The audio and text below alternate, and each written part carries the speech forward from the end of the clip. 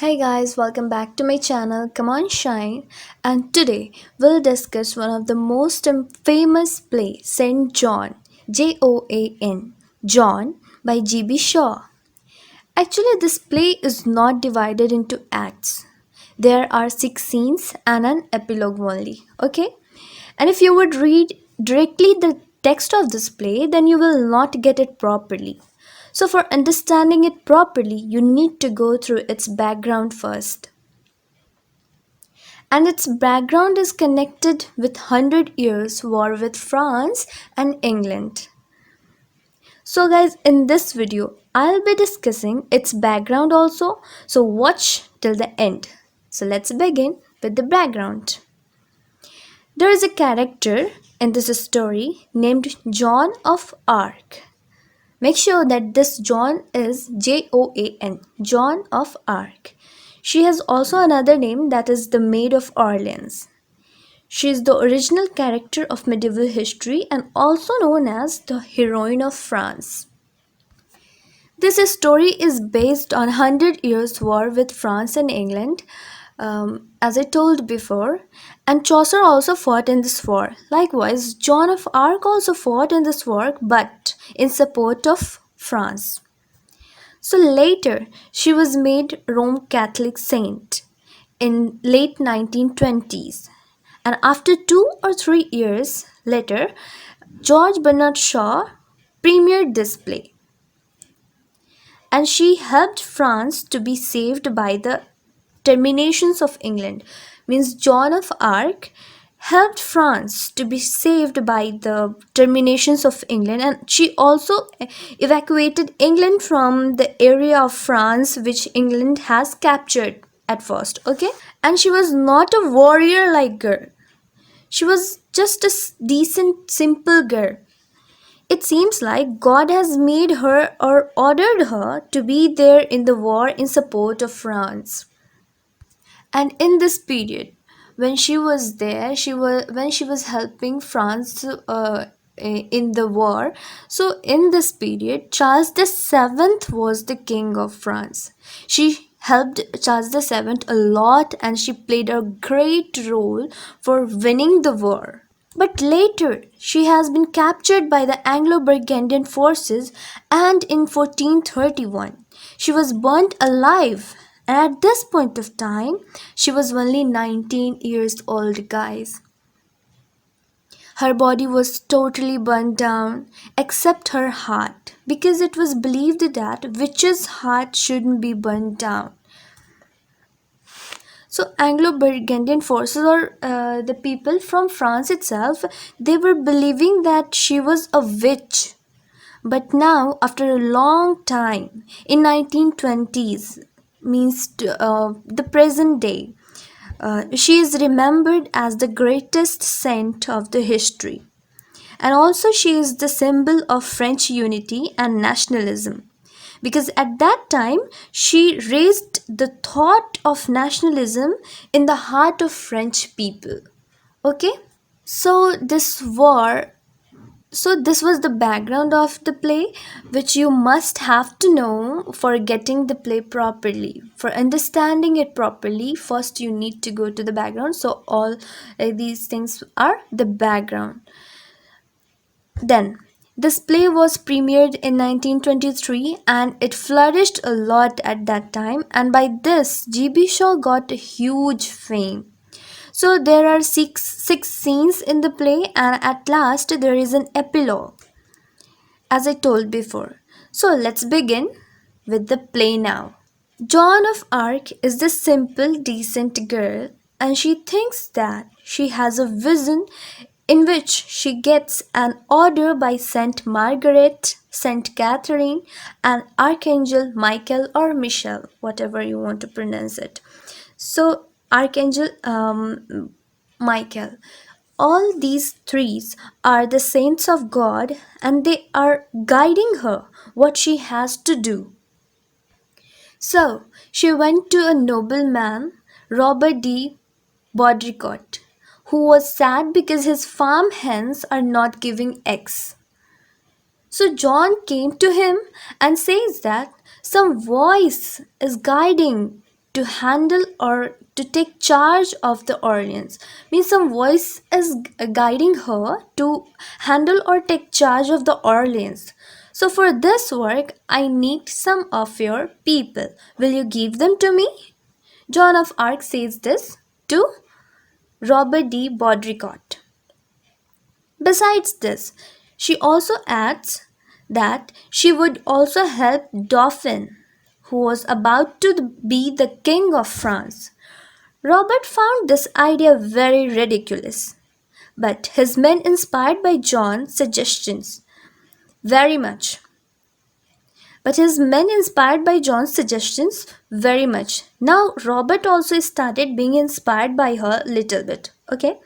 After this, Robert's hen also started giving eggs. Now, Robert started thinking or believing that really this is the sign of God. Really, this John is a divine figure presented by the God. He also started believing like this. Now, Robert took her to Dauphin in the court. There also, she says that some spiritual voices commanded me to help you to make you a true king with your army, and to drive out the Englishmen and to prove the greatness of France. She also says the same thing to Dauphins in the court. She talks brilliantly that pleases Dauphin also, and he agrees with her plans. In the next scene, she reaches to Orleans. There was a man named Dunos. He and his men, they were waiting that when the thing will be changed and he would take charge of Orleans. He was just waiting to the um, you know Hawa Karuk Murna Murneka, something like this. At first they were not also accepting the idea of John, but later by her fine oratory they also convinced. She says him that don't worry about anything, just build your force. She says to Donois that don't worry about anything, just make your army forces, increase it as much as you can. Okay, and the scene ends here, and the wind is now in the favor of John. So when the war begins, two men, one is Earl of Warwick and the second is John de Sturgumber. So they were talking that how can a normal girl has this much power? How can a normal girl has this much power? This much power? How can it be possible? She's surely a witch. They started believing that. They started thinking that she's definitely a witch. After a while, Bishop of Beauvois. It is very difficult pronunciation, really. So Bishop, after a while, Bishop of Beauvois joins them, and these three men started talking about this topic that she is a witch. She is not a normal girl. She is a witch. She has the power of a witch. Then Bishop of Beauvois started thinking that she would be so she would be dangerous for the church, because she is saying that she has a direct connection with God, and she is spreading nationalism in the heart of people, which can let down the value of church, and the universal role of church would demolished. Okay, they started thinking like this: the value of church, the role of church in the country will be demolished, and people started going against the church. People will start supporting nationalism, supporting God directly. The value of church will be down. All right. On the other hand, Earl of Warwick thought that perhaps John wants to create a system in which only king will be the responsible for the god and no one. By this, the power of the other lord like him would be demolished. The other lord in the church will be demolished. So these three people, Earl of Warwick, John de Sturgumber, and Bishop of Beauvois, started planning to kill this girl, Joan of Arc. They started planning to kill her. Now, France has won this war also by the help of John of Arc. Then Dauphin became the king of, the Charles the Seventh of France. Dauphins became the king of France. Means Charles the Second became. I'm sorry, Charles the Seventh became the king of France. In spite of playing a huge role in the war, John didn't get that much popularity in the court. How much she should have, she didn't gain that much popularity. So she directly asked Charles VII why this happened to her, why she is not having that much popularity, even giving even playing a huge role in the war, even playing a very important role in the war, why she is not having this much popularity. She directly asked to the Charles the Seventh. So the answer has been given to her that perhaps she does not deserve this much popularity. Here you can apply feminist theory easily, okay?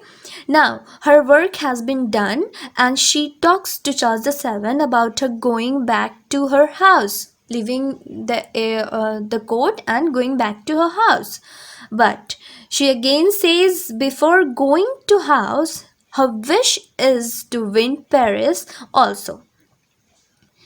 Now Charles is scared by this statement. Charles is scared by this plan because he was happy by this achievement itself. Now he wants peace in his country.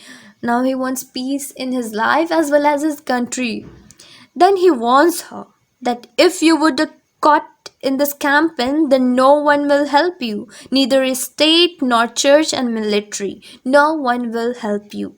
So John realizes at this point of time that she is alone. She felt alienation, and at this point of time, she was feeling that she is so alone. No one is going to help her.